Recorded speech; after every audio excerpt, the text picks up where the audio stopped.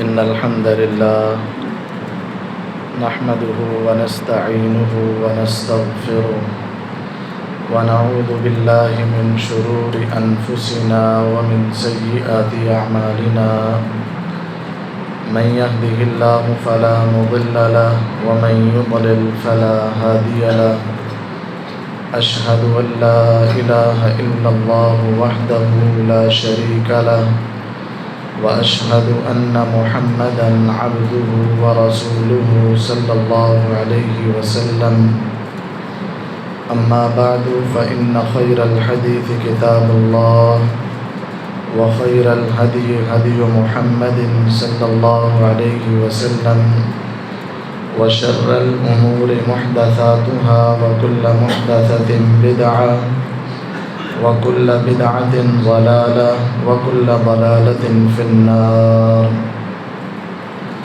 اللهم صل على محمد وعلى آل محمد كما صليت على إبراهيم وعلى آل إبراهيم إنك حميد مجيد اللهم بارك على محمد وعلى آل محمد كما باركت على إبراهيم وعلى آل إبراهيم إنك حميد مجيد أعوذ بالله السميع العليم من الشيطان الرجيم بسم الله الرحمن الرحيم يا أيها الناس اتقوا ربكم الذي خلقكم من نفس واحدة وخلق منها زوجها وبث منهما رجالا كثيرا ونساء واتقوا الله الذي تساءلون به والأرحام إن الله كان عليكم رقيبا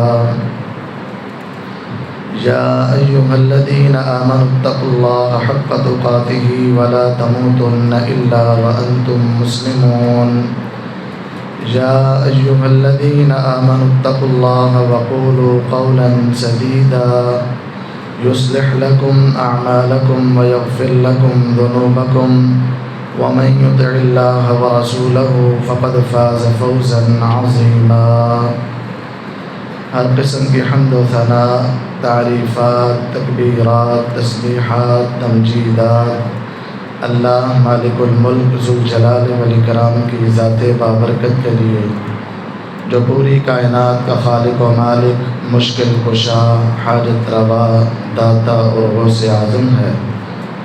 درود و سلام آقا دو جہاں پیغمبر مجتبی مقتدی و پیشوا امت مسلمہ کے رہنما، جن کا نام نامی اسم گرامی جناب محمد الرسول اللہ صلی اللہ علیہ وسلم ہے۔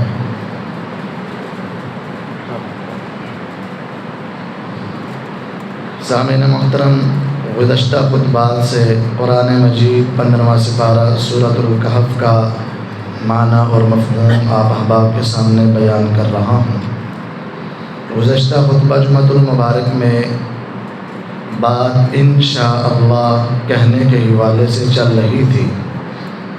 اعوذ باللہ من الشیطان الرجیم ولا تقولن لشیء انی فاعل ذلک غدا الا ان یشاء اللہ، کہ آپ نے جب بھی کوئی بات کہنی ہے کہ کل میں آپ سے ملوں گا، کل یہ کروں گا، میں آئندہ ایسا کروں گا، کچھ بھی کہنا ہے، چاہے وہ ممکن ہو یا یقینی ہو، امیدی ہو، کوئی بات ہو، آپ نے ہر چیز کے ساتھ انشاءاللہ کہنا ہے۔ اس کے ساتھ اللہ برکت ڈال دیتے ہیں۔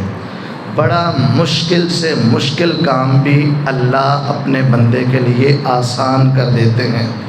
حضرت ابراہیم علیہ السلام نے خواب دیکھا کہ اپنے بیٹے کے گلے پر چھری چلا رہے ہیں۔ بیٹے سے کہا یا بنی انی اری فی المنام انی اذبحک فانظر ماذا تری، اے بیٹا میں خواب میں دیکھ رہا ہوں کہ آپ کے گلے پر چھری چلا رہا ہوں۔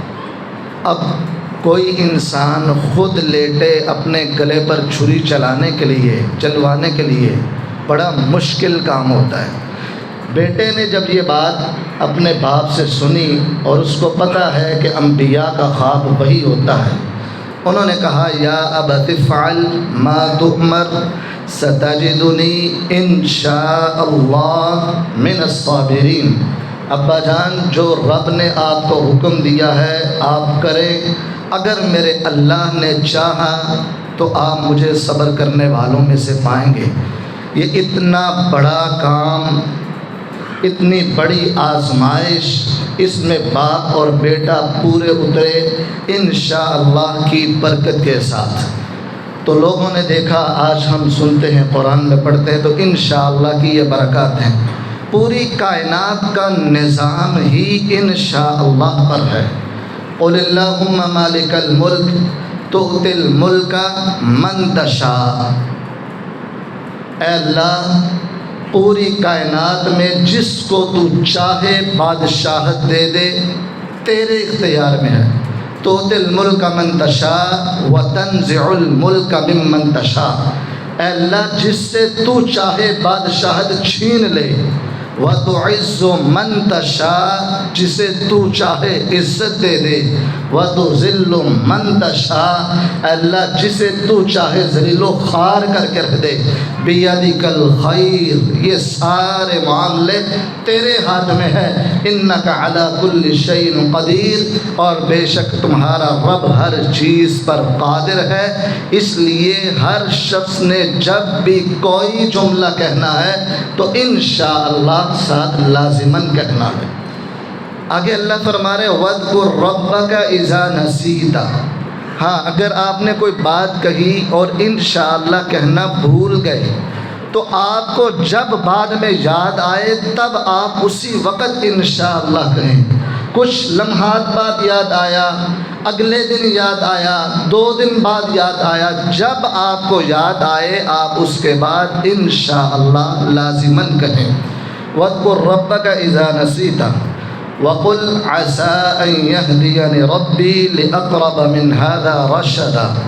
اے نبی، آپ ان سے کہیں کہ میرے رب نے آپ لوگوں کی ہدایت کے لیے اصحاب کہف کا قصہ مجھے سنایا، اور امید ہے کہ میرا رب اس سے بڑے بڑے قصے اور خبریں مجھے بتلائے گا جو تمہاری رہنمائی کے لیے اللہ نے نازل کی ہوں گی۔ اللہ اس سے بڑے قصے بھی آپ کے لیے سنائے گا۔ وَلَبِثُوا فِي كَهْفِهِمْ 300 سِنِينَ وَازْدَادُوا 9۔ اللہ کہتے ہیں اصحاب کہف اپنی غار کے اندر 309 سال تک سوئے رہے۔ اس کے بعد اللہ نے ان کو دوبارہ زندہ کیا، بیدار کیا۔ زندہ تو تھے، بیدار کیا۔ قُلِ اللَّهُ أَعْلَمُ بِمَا لَبِثُوا۔ اگر اس کے باوجود مشرکین مکہ اے نبی آپ سے جھگڑا کرے ان کی تعداد کے اعتبار سے یا ان کے سونے کی گنتی کے اعتبار سے، تو آپ ان سے کہہ دیں کہ اللہ سب سے زیادہ بہتر جانتا ہے کہ وہ غار کے اندر کتنے سال سوئے تھے۔ لَهُ غَيْبُ السَّمَاوَاتِ وَالْأَرْضِ، اس اللہ ہی کے لیے آسمان و زمین کے غیب کا علم ہے۔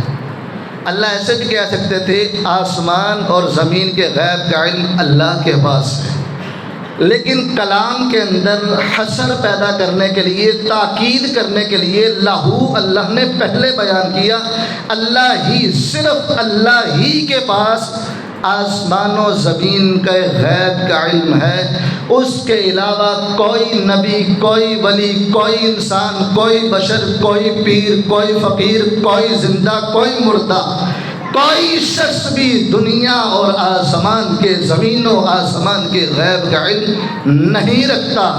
اللہ نے اپنے نبی سے قرآن مجید میں ایک دوسرے مقام پر فرمایا قُلْ لَا أَقُولُ لَكُمْ عِنْدِي خَزَائِنُ اللَّهِ وَلَا أَعْلَمُ الْغَيْبَ۔ اے نبی، آپ ان لوگوں سے کہہ دیں کہ میں نبی کے پاس بھی غیب کا علم نہیں ہے، وہ صرف اللہ کی ذات جانتی ہے۔ دنیا کے اندر اگر لوگ ایسی باتیں منسوب کریں گے تو وہ جھوٹی ہوں گی، من گھڑت ہوں گی، بناوٹی ہوں گی، محض قصے اور کہانیاں تو ہو سکتے ہیں، اللہ کے قرآن کے مطابق وہ سچی بات نہیں ہو سکتی۔ ابصر بہ واسمع، اللہ کس قدر دیکھنے والا ہے، اور کس قدر سننے والا. وہ اللہ بہت زیادہ سننے اور دیکھنے والا ہے. حدیث مبارکہ کے مطابق اللہ ساتوں آسمانوں سے اوپر اپنے عرش پر مستوی، اور تاریک رات ہو، رات کی تاریکی ہو، سیاہ پہاڑ ہو، پہاڑ کے اندر غار ہو، غار کی تہوں میں سیاہ رنگ کی چیونٹی ہو، اور وہ اس سیاہ رنگ کی چیونٹی، سیاہ رنگ کی غار میں رات کی تاریکی میں چل رہی ہو، وہ میرا رب اس کو ساتوں آسمانوں سے اوپر عرش پر مستوی ہو کر بھی اس کو دیکھ بھی رہا ہے. اللہ اس کے قدموں کی آہٹ کو سن بھی رہا ہے. یہ میرا اللہ ہے. اسمع به و ابصر. وہ میرا رب کس قدر سننے والا اور کس قدر دیکھنے والا ہے. وما تسقط من ورقة الا يعلمها. پوری دنیا کے اندر جتنے درخت ہیں ان میں سے ایک وقت میں بیک وقت جھڑکنے والے دنیا کے اندر پتے جو زمین پر گرتے ہیں، اللہ کو ان کے بارے میں بھی ایک ایک کا علم موجود ہے. وہ سارے میرے رب کے علم میں ہے. یہ میرے اللہ کی قدرت ہے کہ دنیا کے اندر، زمین کے اندر، زمین سے نیچے، اس کی تہوں میں، آسمانوں پہ اور اس کے خلاؤں میں ساری چیزوں کو وہ دیکھنے والا، سننے والا صرف میرا اللہ ہے. یہ قوتیں، یہ سماعتیں، یہ بصارتیں، یہ ساری طاقتیں میرے اللہ کے پاس ہیں. اللہ فرماتے ابصر بہ و اسمع. وہ اللہ کس قدر سننے والا، دیکھنے والا ہے. ما لہم من دونہ من ولی. لوگوں، ان کے لیے، اصحاب کہف کے لیے اور اس کے علاوہ تمام مسلمانوں کے لیے اللہ کے علاوہ کوئی مددگار نہیں ہے. مشکل کشا، حاجت روا، نقصان دینے والا، نفع دینے والا، بچانے والا، ڈبونے والا صرف ایک اللہ ہے. ما لہم من دونہ من ولی. ان سب کا صرف ایک ہی ولی ہے، ایک ہی مددگار ہے. اس کے علاوہ کوئی اور مددگار نہیں. اللہ کا قرآن ایک ایک لفظ انسان کے عقیدے کی اصلاح کر دیتا ہے. اختصار کے ساتھ بات کو آگے بڑھا رہا ہوں، اگر ایک ایک جملہ پورا خطبہ ہے. غیب کے اوپر خطبہ الگ ہے، مددگار کے اوپر خطبہ الگ ہے. آگے اللہ نے فرمایا وَلَا يُشْرِكُ فِي حُكْمِهِ أَحَدًا. وہ اللہ اپنے فیصلوں میں، اپنے کام میں، دنیا کا نظام چلانے میں، دنیا کے اوپر فیصلہ کرنے میں کسی ایک کو اپنے ساتھ شریک نہیں کرتا. اولاد دینے والا بھی وہی اللہ ہے، اولاد واپس لینے والا بھی وہی ایک اللہ ہے. رزق کا مالک بھی وہی اللہ ہے، رزق واپس لینے والا بھی وہی اللہ ہے. شفا دینے کا مالک بھی وہی اللہ ہے، شفا سے بیماری دینے والا بھی وہی اللہ ہے. یہ ساری چیزوں، نفع نقصان کا مالک صرف ایک اللہ ہے. دنیا کے اندر موت دینا، کسی کو مارنا، کسی کو زندہ کرنا، پیدا کرنا، یہ میرے رب کے فیصلے ہیں. اس کے اندر کوئی ایک بھی شریک نہیں. قل هو اللہ احد اللہ الصمد. وہ اللہ ایک ہے، وہ بے نیاز ہے. اس کو ضرورت نہیں ہے کسی کی شراکت کی، اس کو ضرورت نہیں ہے کسی اور کو ساتھ ملا کے نظام چلانے کی، اس کو ضرورت نہیں ہے کسی اور کو ساتھ ملا کے دنیا کا حساب لینے کی، اس کو ضرورت نہیں ہے کسی اور کو ساتھ ملا کے کائنات بنانے کی، اس کو ضرورت نہیں ہے اس دنیا کے کسی اور کو ساتھ ملا کر پیدائش کرنے کی، اس کو ضرورت نہیں ہے کہ وہ دنیا کے اندر رزق تقسیم کرنے کے لیے کسی اور کو ساتھ شراکت دار بنائے، کسی اور کو موت کے دینے کے لیے شریک کرے. ولا یشرک فی حکمہ احدا. وہ اللہ بے نیاز ہے، اللہ الصمد، وہ بے نیاز ہے، ضرورت نہیں ہے. وہ اللہ کرتا بھی ہے، کر سکتا بھی ہے. اللہ الصمد، وہ اللہ بے نیاز ہے، لہٰذا وہ کسی کو اپنے کام میں شریک نہیں کرتا۔ اگر دنیا کے اندر کوئی کہے کہ اللہ نے فلاں پیر کو یہ ذمہ داری دی ہے کہ اولاد یہ دے گا، فلاں پیر کو یہ ذمہ داری دی ہے، رزق کا مالک وہ ہے، فلاں کو ذمہ داری یہ دی ہے، اس کے نام پہ مہینے کے بعد دودھ نہ دیا جائے، آپ کے جانوروں میں نقصان ہو جائے گا، فلاں کے نام پہ نیاز نہ دی جائے، آپ کے رزق میں کمی آ جائے گی، فلاں کے آگے سجدہ ریز نہ ہو جائے، بیماری آ جائے گی، فلاں کے سامنے ماتھا نہ رگڑا جائے، آپ کی زندگی کو نقصان کا خطرہ ہے۔ وَلَا يُشْرِكُ فِي حُكْمِهِ أَحَدًا، رب قرآن کہتا ہے یہ جھوٹے قصے کہانیاں ہیں، یہ بناوٹی باتیں ہیں، یہ رسمی کہانیاں ہیں۔ اللہ کا فیصلہ یہ ہے، وہ اللہ بے نیاز ہے، رب کو کسی کی ضرورت نہیں ہے۔ وَلَا يُشْرِكُ فِي حُكْمِهِ أَحَدًا، اس کائنات کا نظام چلانے میں، کائنات کی دیکھ بھال کرنے میں، موت و حیات میں، رزق کی تقسیم میں، لوگوں کے اندر اولاد دینے میں، یہ نفع نقصان میں، ساری کائنات کا نظام چلانے والا وہ ایک اللہ ہے، اس کا کوئی شریک نہیں ہے۔ اے نبی، وَاتْلُ مَا أُوحِيَ إِلَيْكَ مِنْ كِتَابِ رَبِّكَ، دنیا کے تانوں کی پرواہ نہ کریں، لوگ کیا کہیں گے، معاشرہ کیا کہے گا، خاندان، کنبہ، قبیلہ، برادری، دوست و احباب، یار کیا کہیں گے، ان کی کوئی پرواہ نہیں کرنی۔ وَاتْلُ مَا أُوحِيَ إِلَيْكَ مِنْ كِتَابِ رَبِّكَ، جو تیرے رب نے قرآن کے اندر وحی کے ذریعے نازل کیا ہے، یہ ان کو بتاؤ، یہ برحق ہے۔ لوگوں حق چاہتے ہو تو قرآن کی طرف آ جاؤ، ادھر ادھر کے راستوں کو چھوڑ دو۔ میرا رب کہتا ہے اے نبی، آپ ان کے اوپر جو رب نے وحی کی ہے ان کو وہ سنائیں۔ وَاتْلُ مَا أُوحِيَ إِلَيْكَ، اصحاب کہف کے بارے میں کوئی ادھر ادھر کی بات نہ سنے، جو رب نے آپ کو قرآن میں بیان کیا ہے وہی برحق ہے، وہی سچ ہے۔ کس سے کہانیاں چھوڑیے، رب کا قرآن بیان کیجئے، یہی حق ہے۔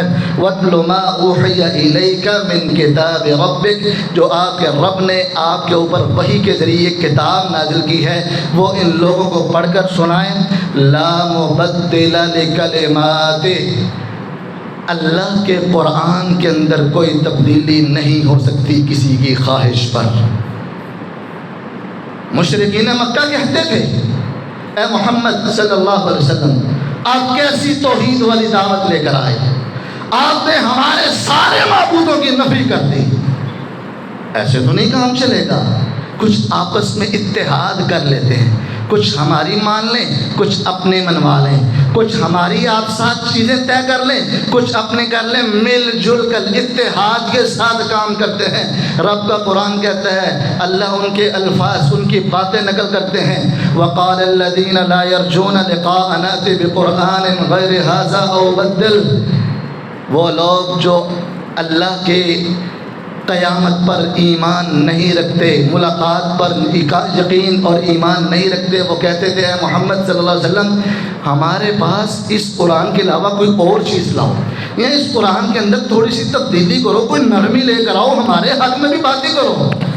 اے نبی، ان سے کہہ دیں قُلْ مَا يَكُونُ لِي أَنْ أُبَدِّلَهُ مِنْ تِلْقَاءِ نَفْسِي، لوگوں میں محمد صلی اللہ علیہ وسلم بھی اپنی طرف سے اس قرآن کے اندر تبدیلی نہیں کر سکتا۔ جو میرے رب نے فرمایا ہے وہ برحق ہے، جو رب کا قرآن کہتا ہے وہی سچ ہے، اس کے علاوہ لوگوں کی باتیں باطل ہیں۔ قُلْ مَا يَكُونُ لِي أَنْ أُبَدِّلَهُ مِنْ تِلْقَاءِ نَفْسِي إِنْ أَتَّبِعُ إِلَّا مَا يُوحَىٰ إِلَيَّ، میں تو صرف اس بات کی پیروی کروں گا جو میرے رب نے میری طرف وحی کر کے قرآن نازل کیا۔ لا مبدل لکلماتہ وَلَن تَجِدَ مِن دُونِهِ مُلْتَحَدًا، اے لوگو، آپ کے لیے اللہ کے علاوہ کوئی جائے پناہ نہیں ہے۔ اگر رب نہ بچائے تو کائنات کے اندر کوئی شخص آپ کو بچا نہیں سکتا۔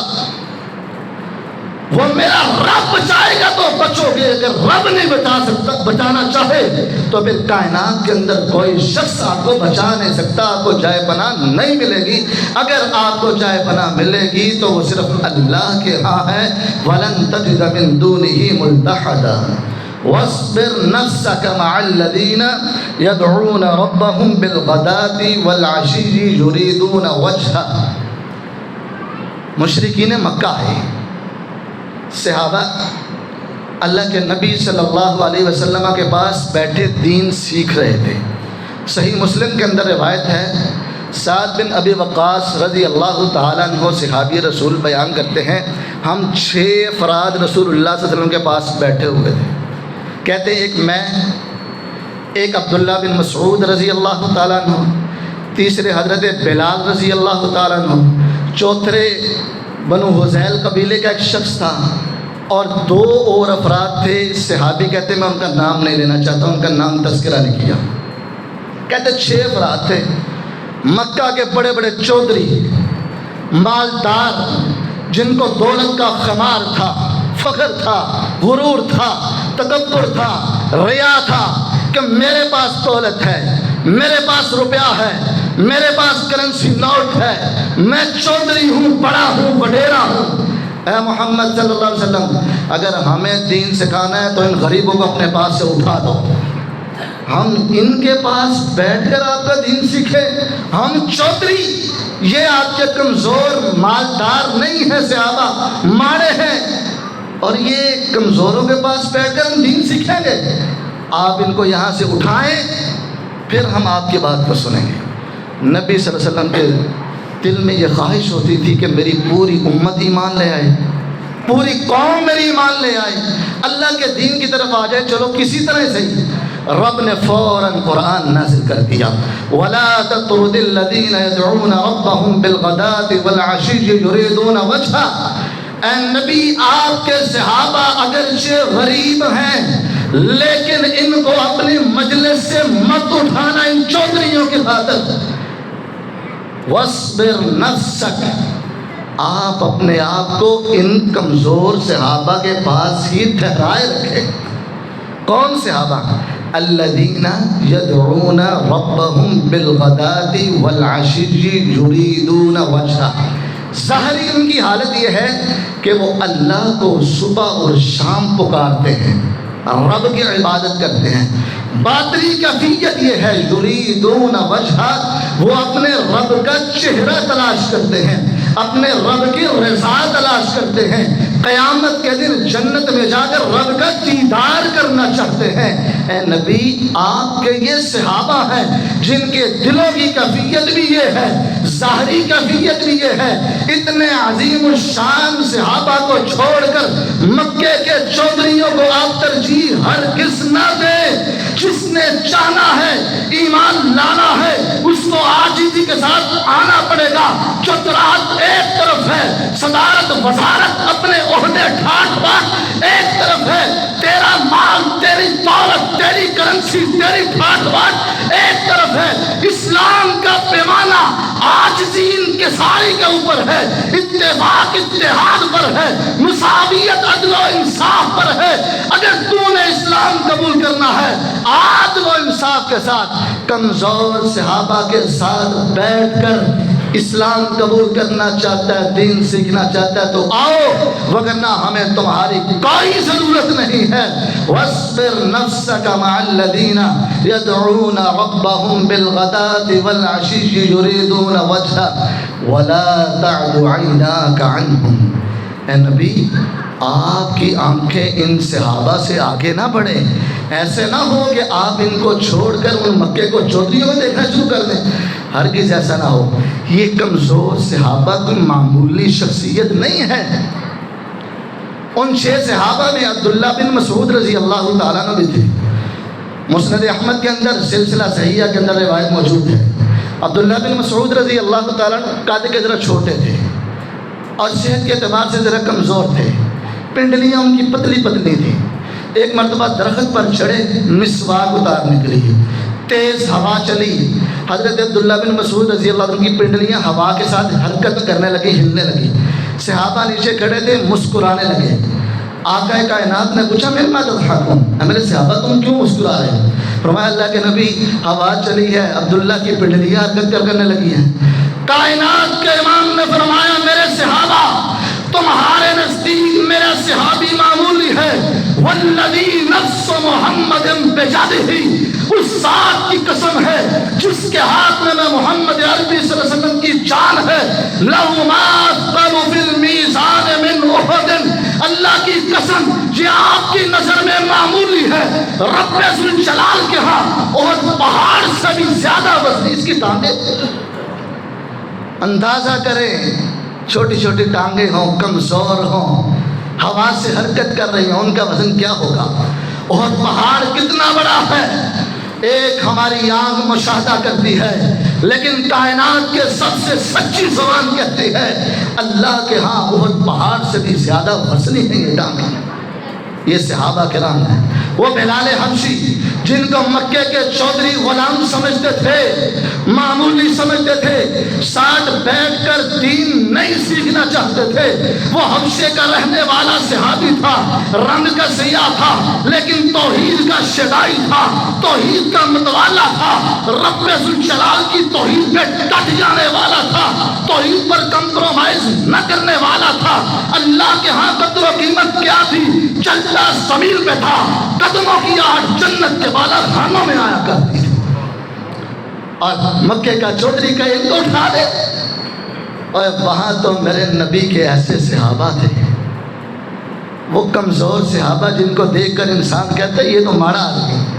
آج بھی جس کے پاس 4 پیسے نوٹ آ جائیں وہ بندے کو بندہ نہیں سمجھتا، مولوی کو مولوی ہیں، یہ نکمہ ہے، اس کے پاس پیسے نہیں ہیں۔ تمہاری نظر میں مولوی نکمہ ہوگا، رب کعبہ کی قسم ہے اگر وہ صحیح معنوں میں رب کا دین پر عمل کرنے والا اللہ کے ہاں اس کی بڑی قدر و قیمت ہے۔ کائنات کے پاس ایک صحابی دیہات سے آنے والا ہے، وقت کم ہے، واقعات زیادہ ہیں، آخری بات کر کے اپنی بات کو ختم کرتا ہوں، باقی پھر صحیح۔ ایک صحابی دیہات سے آتے تھے، میرے اللہ کے نبی اس سے بڑی محبت کرتے تھے۔